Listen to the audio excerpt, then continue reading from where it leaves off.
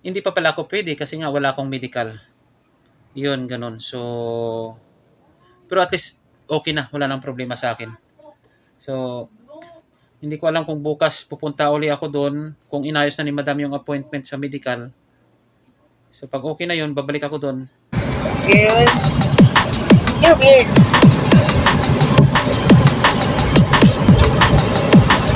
Okay. Itanawa man.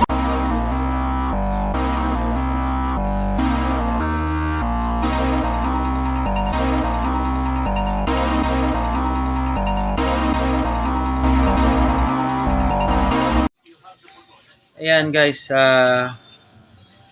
hello guys, Happy New Year. Uh, update tayo sa driving license ko sa driving school. So, pang ano na ngayon? D6 sa thumbnail ko pero pang D5 pa lang. D5, kumbaga last day na ng ano ko.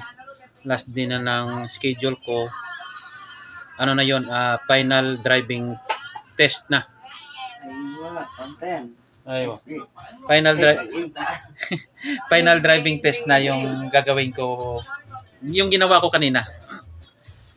So, ang nangyari, yung schedule ko 10:40 hanggang 11, 20 minutes lang. So, pagdating ko doon, sa ano to sa Jeddah pa rin Pagdating ko doon, diretso ako doon sa labas. May office doon ako pumasok. Tapos, maghintay ka lang doon kasi tatawagin yung pangalan mo. Automatic na yun kasi nakaschedule na Tatawagin yung pangalan mo. Tapos, mag-drive mag-drive test ka na. So, yung sa akin, 10:40, mga 11, tinawag na yung pangalan ko. Tapos yun. Ando na yung hindi pulis. Hindi pulis yung nakasama ko. Kung yung mga instructor din lang. Kung ano yung yung D1 ko na titingnan kung marunong ka o hindi, parang sila pa rin mag-grade sa iyo kung marunong ka o hindi. So yun na. So umupo ako. Kagaya ng mga nasa YouTube, ayusin yung mirror, side mirror, lahat-lahat ayusin mo. Tapos sabi niya, okay, alis na tayo. So alis na kami sa parking, atras, tapos abante. Tapos pero makikita mo sa sa cellphone niya, andun yung mga i-rate kanya. Andun, pipindutin niya lang kung marunong ka o ganun. So yun, tapos sabi niya okay, diretso, tapos kanan. Sabi niya, yung unang parking, i-park mo dyan. So kung ano yung ginawa, kung ano yung diwang ko, parang ganun din yung sinabi niya. Pero siyempre kung ano na yung tunuro nila, yun na yung ginawa ko. Kasi yung D1, nung sinabi niyang ipapark ko dyan, reverse parking, yung ginawa ko, pagkakita ko ng parking area, talagang nag-slant. Tapos atras. Mostly ganun ang basic natin, di ba? Yung tinuro naman sa amin, didiretso ka. 2.5 na parking area, yung lalampasan mo, saka full turn atras. Ganun yung tinuro sa amin. Ang problema lang, parang mahihirapan kapag ginawa mo talaga yung full turn atras kung hindi sakto yung pag-stop mo sa 2.5. Talagang hindi talaga sakto hindi talaga center yung pag-atras mo. So ang ginawa ko, hindi ko pinul turn. Ang ginawa ko, dandahan ikot, tinitingnan ko yung side mirror. Nung malapit na ako sa area sang parking, doon ko na inikot. Yung parang nagpa-parking lang talaga tayo na tama. Dandahan, inikot ko tapos yan, ina-adjust ko. Binalik ko in-adjust ko hanggang sa masintro. Tapos na nag-straight na, inatras ko. Ganon. So nung okay na, hindi yan na nga ako pinasabing i-park mo pa, wala na. Nung nakita niyang sentro na lahat, pag atras ko straight, atras na center na, sabi niya okay, labas tayo. Yun, sabi niya paglabas, diretso sa kaliwa, tapos U-turn, tapos may traffic light, tumigil ako, tapos mayroong stop sign, tumigil din ako saglit, tapos dumiretso, tapos kanan, tapos diretso na. Hindi na hindi na ako hindi na ako pina-parallel parking. Reverse parking na lang. Tapos diretso na, park na doon. Tapos okay na daw. Na ano nga ako sure ko. Sa isip ko yung parang yun na yun. Yung parang kasi nahihirapan ako sa sa parallel parking. Hindi yan na pinagawa. Okay na daw yun. Sabi niya, ito na yung ito na yung ikama mo. Mga 10 minutes, may magmi-message sa cellphone mo. Tapos hintayin mo na yung kumbaga parang i-process mo na doon sa pag may message na sa cellphone mo, i-process mo na yung license mo doon sa kabila. Yun, so pumunta ako doon, maya-maya may nag-message na sa cellphone ko, Arabic. Yung message lang para sinabi na okay daw ako, good. Parang ganoon, miya, parang ganoon. Yun lang, parang approve, okay. Yun lang yung message. Tapos, once nag-message na yon, yung sa cellphone natin na andun yung schedule natin, yung sa kanila, automatic yon yung 85% magiging 100% na. Ibig sabihin, tapos ka na lahat. Yan, gano'n na mangyari. So, sa akin, pagdating ng message, automatic nag 100% na yung training ko. So, okay na. So, habang naghihintay ako doon,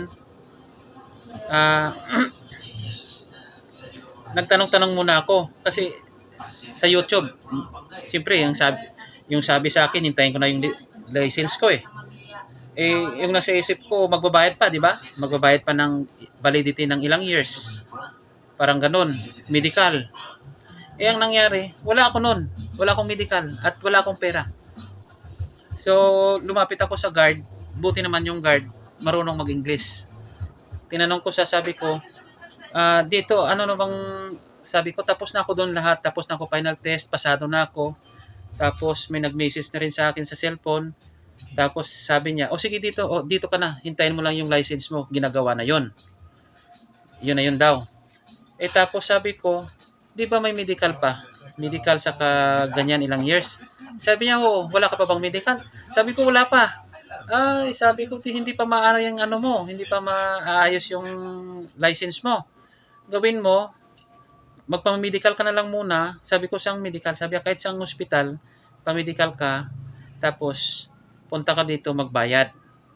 Pero ang sabi niya, magme-medical ka tapos magbayad ka na rin lang ng online para mas mura daw dahil pag doon sa driving school may 50 real na additional pag doon magbayad.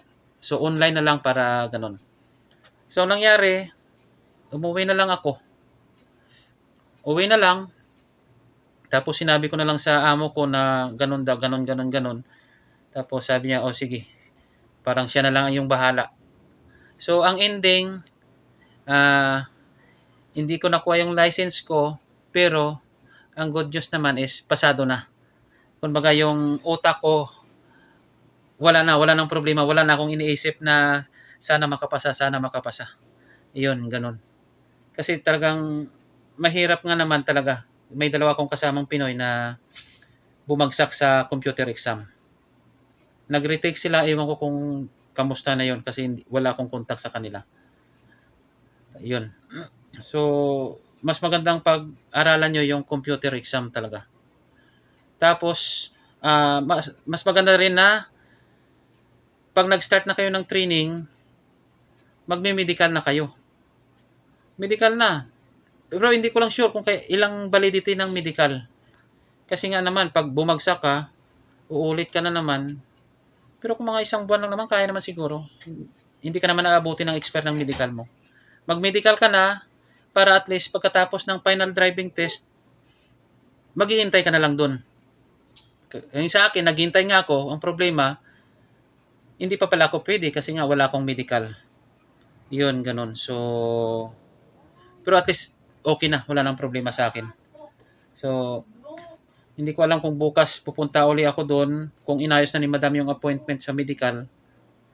So, pag okay na yun, babalik ako doon para ma-process na yung license ko. Yan. So, ganun lang.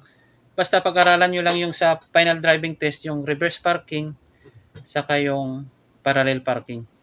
Yung sa reverse, hindi ko naman yung tinuro sa akin talagang pag nag-reverse ka, isa't kalahating parking area yung lalalampasan mo, tapos doon ka, yung white lane na yung sa gitna na guhit na puti, doon ka mismo magpa-park sa dalawat kalahati, tapos full turn atras. Ganon ang tinuro. Pero yung sa akin, hindi nga ako nag tumabi doon sa puti eh. Doon lang ako parang normal na daan lang. Pero ginawa ko rin yung dalawat kalahati kasi baka tinitingnan eh. Ginawa ko 'yon. Pero ang ginawa ko is inatras ko ng inatras. Sabay tingin side mirror, hindi ako nag-full turn. Yan, hindi ako nag-full turn.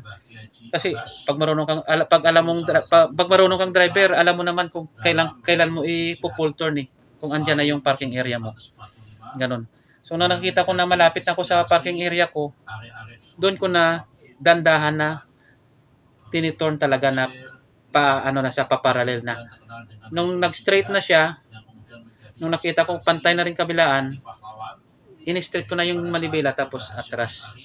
Yun lang. So sa mga baguhan, good luck na lang sa inyo. Basta mag-aral lang tapos mas maganda pag may sasakyan kayo na pwede nyo pagka-practicean sa labas. Kasi pag doon lang sa driving school, isang araw lang kayo magpa-practice, isang oras lang, tapos yung isang oras na yon, patay oras pa yung gagawin ng instructor sa'yo. Palagay natin, kagaya sa akin, 2 beses akong sumablay, yung pangatlong beses, sakto na, wala na, hindi na naulit. Kumbaga pag ikaw yung magti-training, yung tinitrain, parang gusto mo pang ulitin para makuha mo uli. Pero wala na, patay oras na siya. Kaya kahit pa paano ako, takot na takot. At isa pa, wag nyong ipakita sa instructor na